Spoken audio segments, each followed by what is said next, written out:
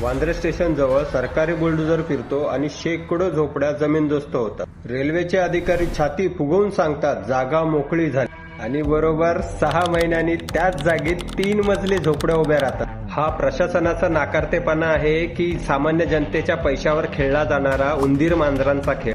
इतिहास साक्षी आहे। 2011 मध्ये हायकोर्टाने निर्णय दिला, तोडफोड झाली, तिथे सिलेंडर ब्लास्ट झाला। 2017 मध्ये महानगरपालिकेने कंबर कसली, तोडफोड झाली, पुन्हा वांद्रे स्टेशन जळालं आणि आज मे 2026 बुलेट ट्रेन आणि 5व्या 6व्या रेल्वे लाईनीची वाढ करण्यासाठी तोच ड्रामा चालू आहे। तारखा बदलल्या, सरकारं बदलली, पण वांद्रे स्टेशन जवळचं हे दुष्ट चक्र काही बदललेलं नाही। आता मेन मुद्द्यावर येऊया। परत कारवाई होऊन सुद्धा सतत ह्या झोपड्या उभ्या कशा राहतात आणि कोणाच्या जीवावर?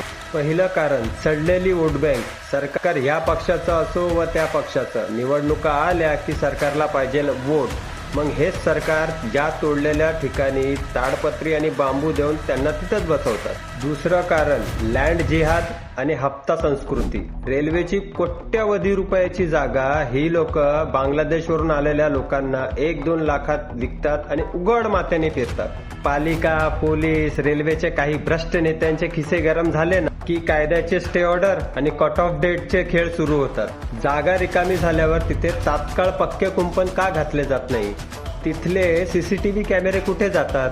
उत्तर स्पष्ट आहे, हे चक्र थांबवायचंच नाहीये। पूर्वीच्या सरकारने फक्त निवडणुका पाहता डोळे झाकले आणि आत्ताचं सरकार प्रकल्पांच्या नावावर तात्पुरती मलमपट्टी करते, पण सामान्य मुंबईकराच्या खिशातील टॅक्सचा पैसा ह्या फालतू, ज्याचा काय अर्थ निघत नाही, असा निरर्थक तोडफोडीवर पाण्यात घालवला जातो। भाई, याच्यात आपली चूक आहे। आपण सरकारना प्रश्न नाही विचारत, आपण त्यांना प्रश्न विचारला पाहिजे, आमच्या पैशांचं तुम्ही काय करतात? आणि ही एक गोष्ट, रस्ता बनला, खोदला, हे राहिलंय ते राहिलं, आपण चुकतो, आपण प्रश्न विचारला पाहिजे। तुम्हाला काय वाटतं कमेंट करून नक्की सांगा आणि हा व्हिडिओ आवडला असेल मला फॉलो करा आणि हा व्हिडिओ जास्तीत जास्त शेअर करा। जय हिंद, जय महाराष्ट्र, जय शिवराय।